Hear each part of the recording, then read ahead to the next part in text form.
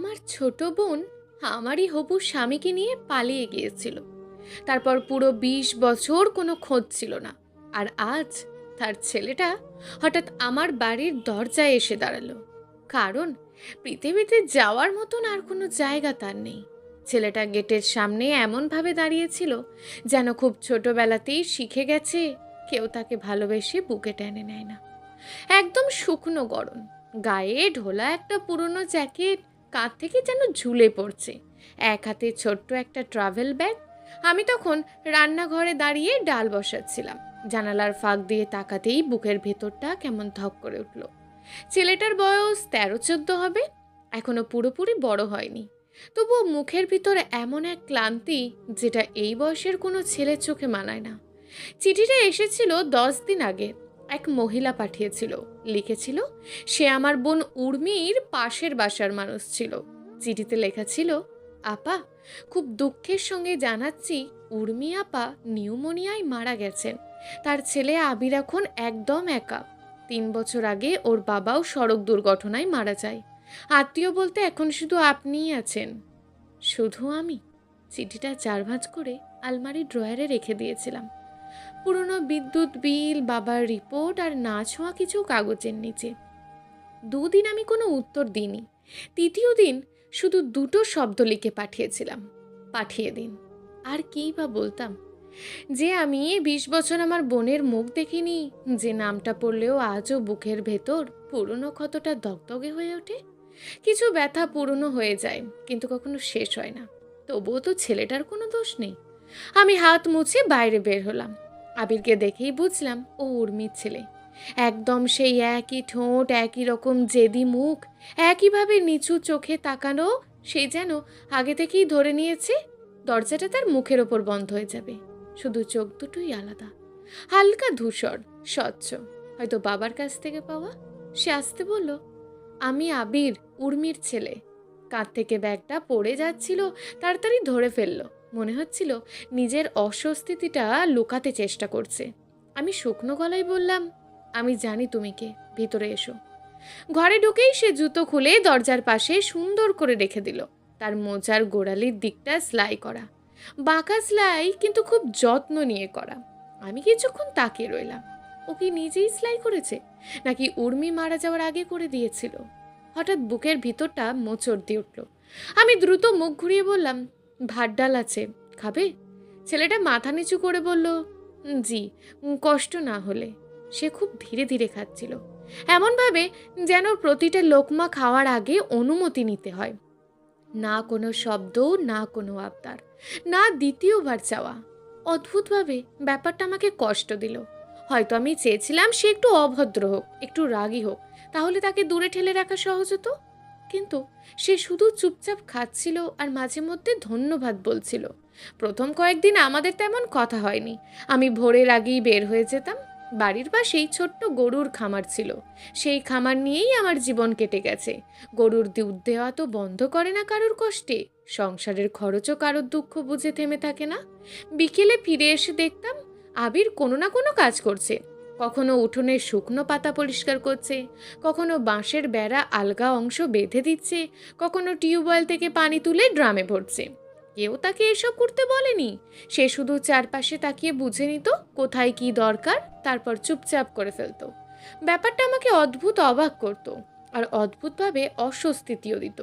কারণ মনে হতো ছেলেটা যেন না বলেই বলছে, দেখুন, আমি ঝামেলা হব না, শুধু আমাকে তাড়িয়ে দেবেন না। একদিন দূর থেকে দেখলাম সে ভারী পানির বালতি টানছে। দড়ি ঘষে তার হাতের চামড়া উঠে গেছে। পাতলা হাত, নরম হাত। এই হাত মাঠে ঘাটে বড় হয়নি। হঠাৎ আমার মাথায় একটা কথাই ঘুরতে লাগলো।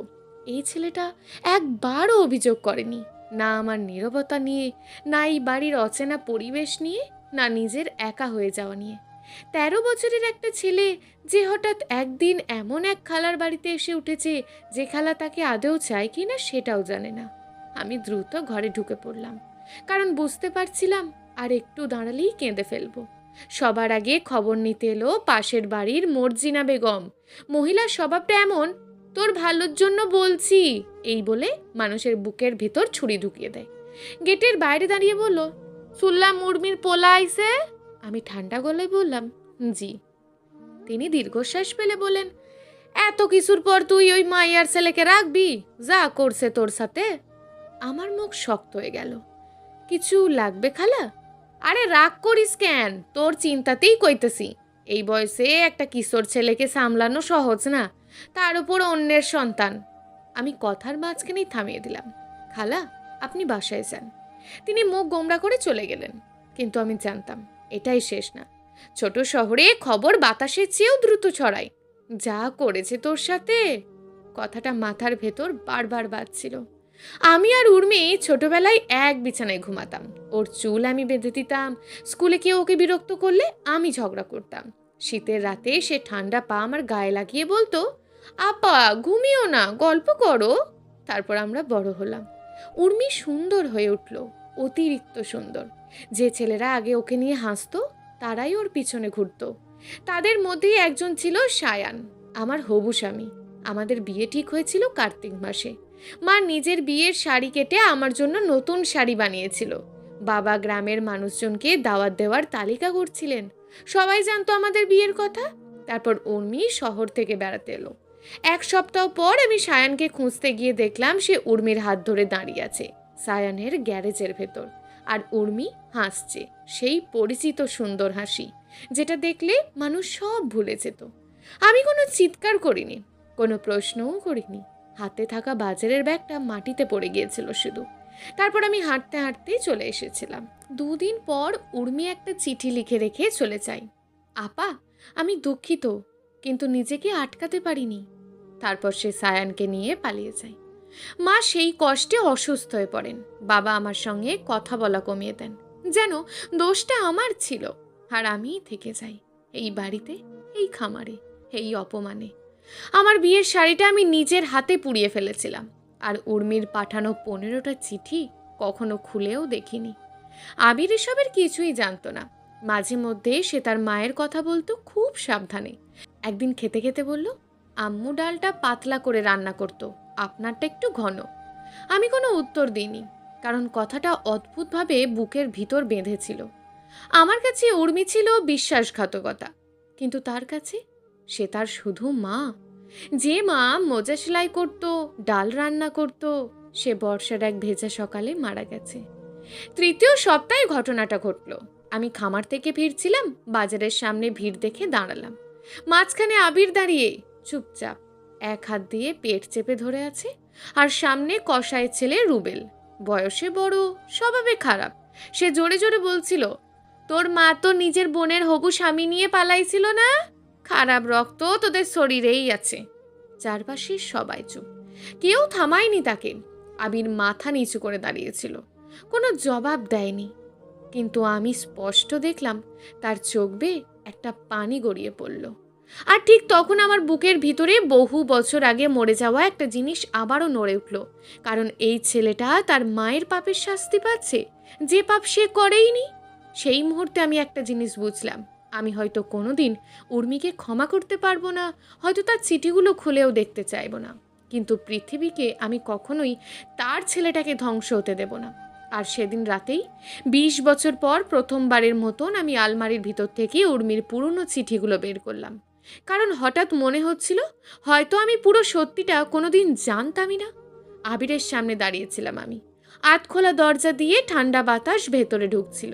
আবির চুপচাপ দাঁড়িয়েছিল, যেন নিজের বিচার শোনার অপেক্ষা করছে। বাজারের সামনে লোকজনের মাঝে তার গাল বেয়ে নেমে আসা চোখের পানিটা পুরো রাস্তা জুড়ে আমার মাথার ভেতর ঘুরছিল। আর রুবেলের কথাগুলো কানে বাজছিল বারবার, ওদের রক্তেই সমস্যা আছে। কিন্তু বাড়িতে ঢোকার পর অদ্ভুত একটা ঘটনা ঘটল। আবির ক্ষমা চাইল, দরজার পাশে দাঁড়িয়ে ভাঙা গলায় বলল, দুঃখিত খালা, আমার জন্য আপনার সমস্যা হওয়া উচিত হয়নি। আমি অনেকক্ষণ তার দিকে তাকিয়ে রইলাম। তারপর সে এই বাড়িতে আসার পর প্রথমবার স্পষ্ট গলায় বললাম, তুমি কোনো ভুল করনি। আবির অবাক হয়ে চোখ তুলল, যেন বিশ্বাসই করতে পারছে না। কিন্তু আমি আর কিছু বলতে পারলাম না। সোজা নিজের ঘরে ঢুকে দরজা বন্ধ করে দিলাম। তারপর আলমারির নিচ থেকে সেই পুরনো বাক্সটা বের করলাম, যেখানে 20 বছর ধরে উর্মির চিঠিগুলো রেখে দিয়েছিলাম। আমার হাত কাঁপছিল। 15টা চিঠি। সময়ের কারণে কাগজগুলো হলদেটে হয়ে গেছে। কিছু খামের ওপর পানির দাগ, যেন কেউ কাঁদতে কাঁদতে সেগুলো জড়িয়ে ধরেছিল। অনেকক্ষণ শুধু তাকিয়ে রইলাম, তারপর প্রথম চিঠিটা খুললাম। প্রথম লাইনটাই আমার নিঃশ্বাস বন্ধ করে দেওয়ার জন্য যথেষ্ট ছিল। আপা, আমি কখনো তোমাকে কষ্ট দিতে চাইনি। আমি শক্ত করে চোখ বন্ধ করলাম। একই কাপুরুষের মতন কথা শুরু, তবুও পড়তে থাকলাম। আমি জানি তুমি আমাকে কখনো ক্ষমা করবে না আপা, কিন্তু তোমার জানা দরকার সবকিছু সায়ানি শুরু করেছিল। আমি শহরে ফেরার পর সে প্রতিদিন আমার কাছে আসতো, বলতো তুমি নাকি বদলে গেছো, তুমি ঠান্ডা হয়ে গেছো, আর সে এমন একটা বিয়েতে আটকে গেছে যেটা সে আর চায় না। আমার মুখ গরম হয়ে উঠল। চিঠিটা হাত থেকে পড়ে গেল। আমি সারা জীবন ভেবেছি উর্মিই আমার কাছ থেকে সায়ানকে কেড়ে নিয়েছে। ভেবেছি তার সৌন্দর্য, তার হাসি, তার মিষ্টি স্বভাব দিয়ে সে আমাদের সম্পর্কের মাঝে ঢুকে পড়েছিল। কিন্তু চিঠিটা তো অন্য কথা বলছিল। আমি তাড়াতাড়ি দ্বিতীয় চিঠিটা খুললাম। আমি তাকে দূরে সরানোর চেষ্টা করেছি আপা। আমি তাকে বলেছিলাম তুমি আমার আপার হবু স্বামী, কিন্তু সে আমাকে ছাড়েনি। আর যখন আমি তোমাকে সত্যিটা বলেছিলাম, তুমি আমার দিকে এমনভাবে তাকিয়েছিলে যেন আমি শয়তান। আমার মুখ থেকে ছোট্ট একটা শব্দ বেরিয়ে এলো। পুরনো স্মৃতিগুলো ঝাপসা হয়ে ফিরে আসতে লাগলো। সায়ান একদিন আমাকে বলেছিল উর্মির খুব বেশি আদুরে, তোমার বোন আমার দিকে অদ্ভুতভাবে তাকায়, ওকে গ্যারেজে আসা বন্ধ করতে হবে। সেদিন আমি কোনো প্রশ্ন ছাড়াই তাকে বিশ্বাস করেছিলাম, কারণ সে ছিল আমার হবু স্বামী আর আমি তাকে ভালোবাসতাম। আর উর্মি, তাকে দোষ দেওয়া সবসময় সহজ ছিল। আমি তৃতীয় চিঠিটা খুললাম, আর সেটাই ছিল সবচেয়ে ভয়ঙ্কর। আমি গর্ভবতী আপা। আমার হাত ঠান্ডা হয়ে গেল। আমরা গ্রাম ছাড়ার পর জানতে পারি, যখন আমি সায়ানকে বললাম, সে বদলে গেল, খুব রাগী হয়ে গেল, সারাক্ষণ মদ খেত। আর আবির জন্মানোর পর সব আরও খারাপ হয়ে গেল। আমি শুধু আমার ছেলের জন্য সহ্য করেছি, কিন্তু সত্যি হলো, যাকে তুমি এতদিন হৃদয়ের ক্ষত ভেবে বয়ে বেড়াচ্ছ, সে কখনোই তোমার যোগ্য ছিল না। আমি নিজের মুখে হাত চাপা দিলাম। 20 বছর, 20 বছর ধরে আমি নিজের ভিতরে বোনের বিরুদ্ধে আগুন বয়ে বেড়েছি। 20 বছর ধরে বিশ্বাস করেছি একমাত্র ভুক্তভোগী আমি। কিন্তু চিঠিগুলো একদম ভিন্ন, আরও কষ্টের একটা সত্যি দেখাচ্ছিল। উর্মি কি ভুল করেছিল? হ্যাঁ, কিন্তু সে সেই দানব ছিল না যেভাবে আমি তাকে এত বছর কল্পনা করেছি। শেষ চিঠিটাতে এসে আমি এমন কিছু পেলাম যা আমাকে সত্যিই ভেঙে দিল। যদি আমার কিছু হয়ে যায়, প্লিজ আমার কারণে আবিরকে ঘৃণা করো না আপা। ছেলেটা খুব ভালো, সে ছবি আঁকতে ভালোবাসে, কুকুর ভালোবাসে, আর বৃষ্টির শব্দ শুনতে পছন্দ করে। যদি কোনোদিন পরিস্থিতি তাকে তোমার কাছে নিয়ে যায়, তাহলে তাকে সেই চোখে দেখো না যেভাবে তুমি আমাকে দেখেছিলে। আমি আর নিজেকে সামলাতে পারলাম না, ভেঙে পড়লাম। অনেক বছর পর প্রথমবার এত জোরে কাঁদলাম যে খেয়ালই করিনি দরজাটা আস্তে করে খুলে গেছে। আবির দাঁড়িয়েছিল। ভয় পেয়ে দ্রুত বলল, দুঃখিত, আমি আপনার কান্নার শব্দ শুনছিলাম, ভাবছিলাম আপনি অসুস্থ হয়ে গেছেন। কিন্তু আমি হঠাৎ উঠে তার দিকে হাঁটলাম। আবির নিজের জায়গায় জমে গেল, আর আমি তাকে জড়িয়ে ধরলাম খুব শক্ত করে। 20 বছরের কষ্ট, অনুশোচনা, একাকিত্ব, সব কিছুর শক্তি দিয়ে সে স্থির হয়ে রইল, যেন ভুলে গেছে কাউকে জড়িয়ে ধরা কেমন অনুভূতি। তারপর ধীরে ধীরে তার ছোট্ট হাত দুটো আমার পিঠে এসে থামলো। সে ফিসফিস করে বলল, খালা। আমি কাঁদতে কাঁদতে বললাম, আমি দুঃখিত বাবা, খুব দুঃখিত। সেই রাতের পর বাড়িটা বদলে গেল। এখন সেখানে শুধু আমার একার পায়ের শব্দ ছিল না, রান্নার গন্ধ বেড়ে গেল। রাত পর্যন্ত বাতি জ্বলতো আবিরের পড়ার জন্য, আর মাঝে মধ্যে একটা ছোট্ট হাসির শব্দ শোনা যেত, যদিও তার ভিতরে এখনো ভয় জমেছিল। কিন্তু গ্রাম বদলায়নি, মানুষ এখনো ফিসফিস করত, ও উর্মির ছেলে, মায়ের মতোই দেখতে, নিশ্চয়ই ওদের মতোই হবে। একদিন আবির স্কুল থেকে মুখে আঘাত নিয়ে ফিরল। আমি ভয়ে উঠে দাঁড়ালাম। কে করেছে এটা? সে চুপ করে রইল। আমি ক্ষত পরিষ্কার করতে করতে রাগে বললাম, উত্তর দাও আবির। সে ব্যথা ভরা শান্ত গলায় বলল, একটা ছেলে আম্মুকে নিয়ে খারাপ কথা বলছিল, আমি তাকে চুপ করতে বলছিলাম, তারপর সে আমাকে ধাক্কা দেয়। আমি সঙ্গে সঙ্গে ওড়না গায়ে দিয়ে বেরিয়ে পড়লাম। ঝড়ের মতন স্কুলে পৌঁছলাম। প্রধান শিক্ষকের রুমে ঢুকে 10 মিনিট পর সেই ছেলেটার হাত ধরে তার মায়ের সামনে দাঁড়িয়ে বললাম, ভালো করে শুনুন, আবির বড়দের ভুলের জন্য দায়ী নয়, আর আপনার ছেলে যদি আবারও ওকে বিরক্ত করে, তাহলে আমি তাকে সত্যিকারের খারাপ ব্যবহারের মানে বুঝিয়ে দেব। দূরে দাঁড়িয়ে থাকা আবিরের চোখ দিয়ে পানি পড়ছিল। হয়তো জীবনে প্রথমবার কেউ তার হয়ে দাঁড়িয়েছে। সেদিন রাতে পড়তে পড়তে সে হঠাৎ জিজ্ঞেস করলো, খালা, আপনি কি আগে আম্মুকে ভালোবাসতেন? প্রশ্নটা বুকের ভিতর গিয়ে লাগলো। আমি কিছুক্ষণ জানালার দিকে তাকিয়ে রইলাম, তারপর আসতে বললাম, পৃথিবীতে সবচেয়ে বেশি। তাহলে কথা বলা বন্ধ হয়ে গেল কেন? অনেকক্ষণ চুপ থেকে বললাম, কখনো কখনো মানুষ একে অপরকে ভালোবেসেও একে অপরকে কষ্ট দেয়। আবির মাথা নাড়ল, যেন তার আসল বয়সের চেয়েও সে বেশি বোঝে। কয়েকদিন পর আমি পুরনো গোদাম ঘরে কিছু খুঁজতে গিয়েছিলাম। সেখানে একটা ছোট কাঠের বাক্স পেলাম। ওটা বাবার ছিল। খুলে দেখলাম পুরনো ছবি। আর একটা ছবি দেখে আমি জমে গেলাম। ছবিটা উর্মির, কিন্তু সে একা না, তার পাশে সায়ান দাঁড়িয়ে, আর উর্মির হাতে বড় একটা কালশিটের দাগ দেখা যাচ্ছে, যেটা হাতের নিচে লুকানো ছিল। আমি ছবিটা আরও কাছে আনলাম। হঠাৎ একটা পুরনো ঘটনা মনে পড়ে গেল। একবার আমি ওই দাগ নিয়ে উর্মিকে জিজ্ঞেস করেছিলাম। সে বলেছিল কিছুতে ধাক্কা খেয়েছি, কিন্তু তার পরের দিনই সায়ান গ্যারেজে ভয়ঙ্কর রেগে গিয়ে কর্মচারীদের সামনে একটা চেয়ার ভেঙেছিল। আমার বুক ধক করে উঠল। আমি পাগলের মতন আবারও চিঠিগুলো খুঁজতে লাগলাম। অবশেষে একটা ছোট্ট লাইন পেলাম, যেটা আগে খেয়ালই করিনি। সায়ান মদ খেলে অন্য মানুষ হয়ে যায়। আমি মেঝেতে বসে পড়লাম, আর ভয়ঙ্কর একটা অনুভূতি ধীরে ধীরে ভেতরটা খেতে শুরু করলো। আমি কি কোনোদিন সত্যিটা জানতামই না? উর্মির শেষ চিঠিটা বুকের সঙ্গে চেপে ধরে অনেকক্ষণ বসেছিলাম আমি। বাইরে তখন বৃষ্টি পড়ছিল। টিনের চালের ওপর টুপটাপ শব্দ হচ্ছিল, আর পাশের ঘরে আবির ঘুমাচ্ছিল ছোট্ট কুকুরটাকে জড়িয়ে ধরে। অনেক বছর পর প্রথমবার মনে হচ্ছিল এই বাড়িটা শুধু আর নীরবতার বাড়ি না। উর্মি আমাকে শুধু কষ্ট দিয়ে যায়নি, সে অজান্তে একটা জীবনও রেখে গেছে আমার কাছে। আবির পরের কয়েক মাসে ছেলেটাকে পুরো বাড়িটার ভিতরে ধীরে ধীরে ছড়িয়ে পড়ল। সকালে ঘুম থেকে উঠে দৌড়ে খামারে চলে যেত। গরুগুলোর নামও দিয়ে ফেলেছিল। একটার নাম মিষ্টি, একটার নাম বাদশা। আমি বকা দিয়ে বলেছিলাম, গরুর আবার এত নাম লাগে নাকি? সে এসে বলেছিল, লাগে তো, নাম ধরে ডাকলে ওরা খুশিই হয়। আমি মুখ ঘুরিয়ে ফেলেছিলাম, কারণ অদ্ভুতভাবে কথাটা শুনে আমার হাসি পাচ্ছিল। বাড়িতে এখন নতুন নতুন শব্দ শোনা যেত। সিঁড়ি বেয়ে দৌড়ানোর শব্দ, পড়তে পড়তে বিরক্ত হয়ে দীর্ঘশ্বাস ফেলার শব্দ, রাতে ঘুমানোর আগে দরজার পাশ থেকে আস্তে করে বলা, শুভরাত্রি খালা। শব্দটা বুকের ভিতর কেমন নরম উষ্ণতা ছড়িয়ে দিত, যে উষ্ণতা আমি বহু বছর ভুলে গিয়েছিলাম। তবুও গ্রামের মানুষ বদলায়নি। বাজারে গেলে এখনো কেউ কেউ ফিসফিস করতো, উর্মির ছেলে দেখতে একদম মায়ের মতন, রক্ত তো রক্তই।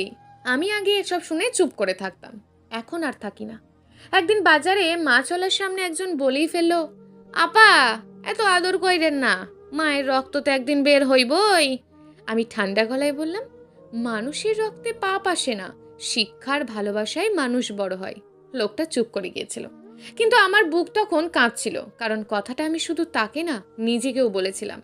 এক শীতের সন্ধ্যায় আমি আবিরের জন্য অপেক্ষা করছিলাম। ছেলেটার কোনো খবর নেই।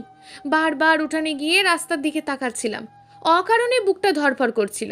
অবশেষে গেট খুলে সে ভেতরে ঢুকলো। পুরো ভিজে গেছে, হাতে আঁকার খাতা। আমি রাগে উঠে বললাম, কোথায় ছিলে তুমি? সে থমকে গেল, চোখ বড় বড় করে তাকালো। মনে হলো এমন উদ্বিগ্ন গলায় কেউ তাকে আগে কখনো ডাকেনি। আমি আরো জোরে বললাম, একটা খবর দিতে পারো না? কত দেরি হয়েছে বুঝছো? সে অনেকক্ষণ চুপ থেকে আস্তে করে বলল, আমি জানতাম না কেউ আমার জন্য এত চিন্তা করবে। কথাটা শুনে আমার সমস্ত রাগ হঠাৎ গলে গেল। আমি দ্রুত তার ভেজা চুলে হাত দিলাম। অসুখ হয়ে যাবে, যাও কাপড় বদলাও। সে মাথা নাড়ল। কিন্তু সেদিন রাতে প্রথমবার আমি তার কান্নার শব্দ শুনলাম, খুব চাপা কান্না। আমি ধীরে দরজা খুলে দেখি সে মেঝেতে বসে আছে, দুই হাঁটু জড়িয়ে। আমাকে দেখে মুখ ঘুরিয়ে বলল, আমি চেষ্টা করি যাতে আমার জন্য ঝামেলা না হয়, কিন্তু সবাই মনে করে আমি বোঝা। আমার বুকটা মোচড় দিয়ে উঠল। আমি তার সামনে বসে বললাম, কে বলেছে তুমি বোঝা? সে ফিসফিস করে বলল, সবাই। তারপর একটু থেমে যোগ করলো, আপনিও হয়তো। আমি আর নিজেকে ধরে রাখতে পারলাম না। দুই হাতে তার মুখ তুলে বললাম, শোনো আবির, তুমি আমার দায় না, তুমি আমার আপন মানুষ। সে স্থির হয়ে তাকিয়ে রইল। তারপর হঠাৎ আমাকে জড়িয়ে ধরে এমনভাবে কাঁদতে শুরু করলো যেন বহু বছরের জমে থাকা সব ভয় একসঙ্গে বেরিয়ে আসছে। আমি তার মাথায় হাত রেখে শুধু একটা কথাই বলেছিলাম বারবার, আমি আছি বাবা, আমি আছি। সেই রাতের পর আমাদের সম্পর্ক বদলে গেল পুরোপুরি। মাঝে মধ্যে ভুল করে সে বলে ফেলতো আম্মু, মানে খালা, তারপর ভয় পেয়ে থেমে যেত। আর আমি ভান করতাম যেন আমি খেয়াল করিনি, কিন্তু ভিতরে ভিতরে একটা ভাঙা জায়গা ধীরে ধীরে জোড়া লাগছিল। বসন্তের সময় স্কুলে আঁকার প্রতিযোগিতা হলো। আবির কিছু না বলেই একটা ছবি জমা দিয়েছিল। পরের দিন স্কুল থেকে ফোন এলো, আপনি একটু আসবেন, আপনার ছেলের ছবি প্রথম হয়েছে। আপনার ছেলে শব্দটা শুনে আমি কিছুক্ষণ কথা বলতে পারিনি। স্কুলে গিয়ে দেখি একটা বড় ক্যানভাসের সামনে মানুষ দাঁড়িয়ে আছে। ছবিটায় একজন মহিলার রান্নাঘরে দাঁড়িয়ে, হাতে ধোয়া ওঠা সুপের বাটি, পিছনে জানালা দিয়ে বিকেলের আলো এসে পড়েছে। মহিলাটাকে চিনতে আমার 1 সেকেন্ডও লাগেনি, সেটা আমি। কিন্তু ছবিটার নিচে ছোট্ট করে একটা নাম লেখা ছিল, বাড়ি। আমার চোখ ঝাপসা হয়ে গেল। সারা জীবন আমি নিজেকে কি ভাবতাম? একজন পরিত্যক্ত নারী, যার বিয়ে হয়নি, যার সংসার হয়নি, যার সন্তান হয়নি।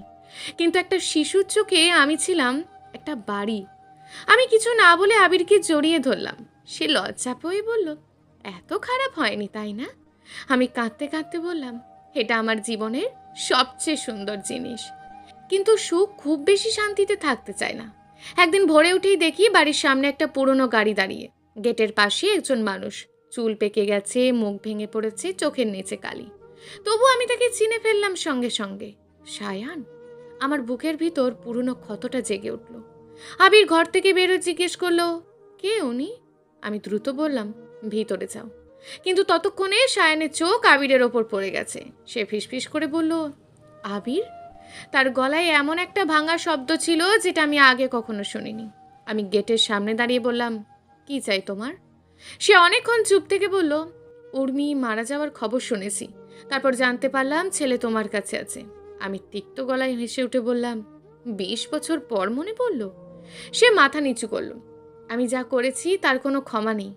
আমি কিছু বললাম না, কারণ তার মুখের দিকে তাকিয়ে হঠাৎ বুঝতে পারছিলাম সময় তাকেও ছেড়ে কথা বলেনি। সে ধীরে বলল, আমি খুব খারাপ মানুষ ছিলাম, মদ খেতাম, রাগ করতাম, উর্মির ওপরও হাত তুলেছি। আমার হাত কেঁপে উঠল। উর্মির কালশিটের দাগ, চিঠির লাইনগুলো সব আবার মাথায় বাজতে লাগলো। সায়ান বলল, মারা যাওয়ার আগে উর্মি বলেছিল যদি কোনোদিন সাহস পাই তাহলে তোমার কাছে ক্ষমা চাইতে। আমি দাঁতের দাঁত চেপে বললাম, এখন এসব বলে কি হবে? সে উত্তর দিল না। সে শুধু পকেট থেকে একটা পুরনো খাম বের করলো। এটা তোমার জন্য রেখে গেছে। আমি খামটা হাতে নিলাম। ঠিক তখন আবির আমার সামনে এসে দাঁড়ালো। অনেকক্ষণ চুপ থেকে জিজ্ঞেস করলো, আপনি আমার বাবা? সায়ানের চোখ ভরে গেল। হ্যাঁ। তাহলে আমাদের ছেড়ে চলে গিয়েছিলেন কেন? প্রশ্ন শুনে লোকটা যেন ভেঙে পড়ল। সে কাঁপা গলায় বলল, কারণ আমি কাপুরুষ ছিলাম। আবির আর কিছু বলল না, শুধু ধীরে ঘুরে ভেতর চলে গেল। সেদিন রাতে আমি উর্মির শেষ খামটা খুললাম। ভিতরে ছোট্ট একটা চিঠি। আপা, যদি এই চিঠিটা তোমার হাতে পৌঁছায় তাহলে বুঝবে আমি আর নেই। আমি জানি তোমার জীবন আমি ভেঙে দিয়েছিলাম, কিন্তু বিশ্বাস করো, কোনোদিন তোমাকে হারাতে চাইনি। সবচেয়ে বড় শাস্তি কি জানো? প্রতিদিন ঘুম ভেঙে মনে হওয়া আমার একটা আপা ছিল যে আর আমাকে ভালোবাসে না। আবিরকে নিজের মতন করে ভালোবাসো। ও খুব সহজে কষ্ট পায়, কিন্তু মুখে কিছু বলে না। আর একটা কথা, কোনোদিন যদি পারো নিজেকে ক্ষমা করে দিও। চিঠিটা ভিজে যাচ্ছিল আমার চোখের পানিতে। আমি বুঝলাম 20 বছর ধরে আমি শুধু উর্মির ওপর রাগ করে বাঁচিনি, নিজেকেও শাস্তি দিয়েছি। ভালোবাসা থেকে দূরে থেকেছি, মানুষের থেকে দূরে থেকেছি, জীবনের থেকে দূরে থেকেছি। সেই রাতে আমি আবিরের ঘরে গেলাম। সে ঘুমিয়েছিল, বুকের কাছে কুকুরটাকে জড়িয়ে ধরে। আমি আস্তে তার চুলে হাত রাখলাম। ঘুমের মধ্যেই সে ফিসফিস করে বলল, খালা।